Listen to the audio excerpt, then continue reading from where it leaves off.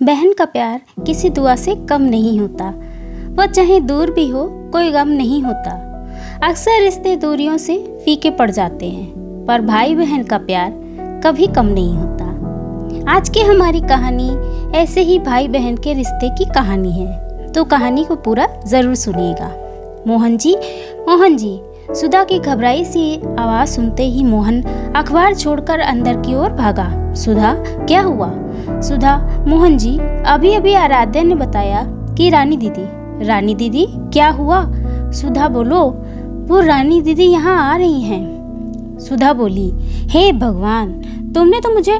सुधा, ये तो खुशखबरी है जो रानी दीदी आ रही हैं। तुम ऐसे परेशान क्यों हो? आप भी ना जानते बूझते आपकी नौकरी छूटे 4 महीने हो गए हैं, अभी तक कुछ काम काज का बंदोबस्त नहीं हुआ। ऐसे में रानी दीदी का यहाँ आना, उन्हें सब पता है, फिर भी आप किसी बहाने से उन्हें मना कर दीजिए ना। तुम पागल हो सुधा, मेरी दीदी का भी घर है, जब मन करे यहाँ आ सकती हैं। भूल गई तुम, वो मुझे भाई नहीं बेटों जैसा स्नेह करती हैं, और तुम उन्हें भूल कैसे जाऊं? उन्होंने मुझे भी तो भाभी नहीं बेटियों जैसी ममता दी है, इसीलिए तो अच्छा नहीं लग रहा। देखिए, जो भी हो, वह इस घर की बेटी है, आएंगी तो बेटियों को खाली हाथ विदा नहीं किया जाता। ऐसी परिस्थिति में जब हम स्वयं न जाने कैसे भरण पोषण कर रहे हैं, उनके लिए सब कामों में पैसे की जरूरत होती है, और हमारे पास कुछ भी नहीं बचा, तो फिर कैसे कुछ व्यवस्था की जाए? आप ही किसी तरह कोई बहाना बनाकर उन्हें आने से रोक लीजिए। सुधा, माँ बाबूजी के बाद उन्होंने मुझे बच्चे की भांति पाला, और मैं, आप भी तो हमेशा से करते हुए आए हैं ना, आगे भी कीजिएगा, कोई मनाही थोड़ी है। मगर ये वक्त नहीं सुधा, उन्हें आने दो, ये उनके भाई का घर है, उनके लिए हमेशा खुला ही रहेगा। रही बात पैसों की, तो कुछ इंतजाम करता हूँ, कहकर मोहन बाहर की तरफ चला गया। वहीं सुधा भीगी हुई पलकों से साफ कर रही थी। जानती हूँ दीदी को भी और आपको भी ऐसे ही प्यार से बंधे रिश्ते होते हैं भाई बहनों के, मगर मैं चाहकर भी कुछ नहीं कर पा रही। ऐसे में जब सभी इस परेशानी से जूझ रहे हैं, तो कोई मदद भी कैसे करेगा? मैं ही कुछ सोचती हूँ। मम्मी, ये लीजिए मेरी गुल्लक, बुआ जी आ रही है ना, उनके लिए आप परेशान न हो, सब अच्छा होगा। आराध्या मेरी बच्ची, कहकर लिपट कर रो पड़ी। सुधा, उसी शाम को रानी दीदी आ गई। मास्क लगाए हाथों से सैनिटाइजर से साफ करते हुए बोली, आज सुबह ही टेस्ट करवाया था, नेगेटिव आया है, घबराने की जरूरत नहीं मेरे बच्चों। बुआ जी कहते हुए आराध्या गोदी में चढ़ गई। सुधा ने पैरों को हाथ लगाते हुए आशीर्वाद लेकर रसोई में जुट गई। खाने की टेबल पर बैठकर, अरे वाह, कटहल, पूरी, रायता, शानदार इंतजाम किया है सुधा तुमने। सुधा ने मोहन की ओर देखा तो न जाने कहां से इस दोस्त से उधार लेकर आए होंगे, वरना बीते 3 महीने से अपनी पसंद को तो जैसे मोहन, आराध्या और स्वयं सुधा ने भी भुला सा दिया था।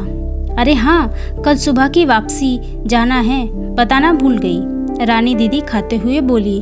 कल सुबह? क्यों? मेरा मतलब थोड़े दिन तो रुक कर जाइए ना, मोहन बोला।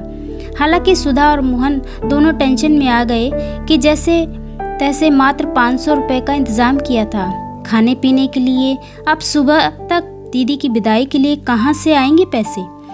अरे कहाँ खो गए भाई? वो मेरा दिल कर रहा था अपनों बच्चों से मिलने का, इस छोटी सी आराध्या को सीने से लगाने के लिए, इसलिए चली आई। कल सुबह का वापसी का टिकट बुक है, तुम्हारे जीजा ने पहले से ही करवाया है, कैब भी आ जाएगी सुबह 7 बजे तक। क्या सुबह 7 बजे?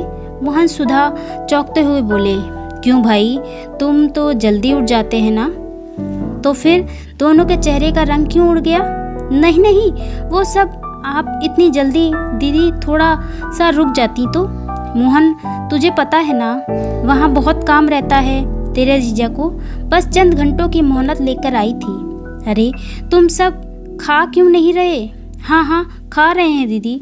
सुधा और मोहन और आराध्या ने जैसे तैसे खाना खत्म किया। दीदी को बिस्तर लगाकर दूध देकर आई सुधा। बिस्तर पर बैठकर मोहन और आराध्या भी जाग रहे थे। आंखों में नींद भला आती भी कैसे। अब मोहन जी, इसीलिए तो आपको कह रही थी ना। मगर पापा, मेरे गुल्लक। आराध्या गुल्लक देते हुए बोली। ये गुल्लक? सुधा रोते हुए बोली। सुधा, इस वक्त हमारे पास और कोई चारा नहीं। क्या? देखो, मैं वचन देता हूँ, इसमें जितने भी पैसे निकलेंगे उससे दुगना वापस आराध्या को दूंगा, जैसे ही मेरा कामकाज बन जाएगा। और वो कैसे बनेगा? रानी दीदी की आवाज़ ने सबको चौंका दिया, जो दरवाजे पर खड़ी थी। हाँ तो बताओ मोहन प्यारे, वो कैसे बनेगा? दीदी आप सोई नहीं? सुधा तो कह रही थी आपने दूध पी लिया है। दूध पीते ही आपको गहरी नींद आती है। अच्छा ही तो हुआ, वरना मेरी आरू की अनमोल गुल्लक तुम तोड़ देते। लाओ ये गुल्लक आराध्या, और खबरदार जो फिर इसे तोड़ने को कहा। तुमने मुझसे पूछा ही नहीं पगले, मैं यहाँ क्यों आई? ये देखकर रानी दीदी ने पर्स से 200 के नोटों की गड्डी निकालकर मोहन और सुधा की ओर बढ़ाते हुए कहा, मुझे पता है मेरा बेटा इन दिनों परेशान चल रहा है, बस उसे अपना आशीर्वाद देने आई हूँ। दीदी, ये मैं नहीं ले सकता। क्यों नहीं ले सकता? आज तक तो मेरे घर हमेशा कुछ न कुछ लेकर आता रहा। जब भी मना किया तो कहा भी भाई नहीं पिता हूँ, अपनी बेटी को दे रहा हूँ। आज एक माँ अपने बेटे को दे रही है, क्या एक छोटा भाई पिता की तरह बहनों को दुलार प्यार कर सकता है? एक बहन वैसे ही अपने भाई को माँ की तरह ममता नहीं कर सकती? मैं भी तो तेरी माँ हूँ ना दीदी, कहकर मोहन रानी दीदी से लिपटकर बच्चे की भांति रो पड़ा।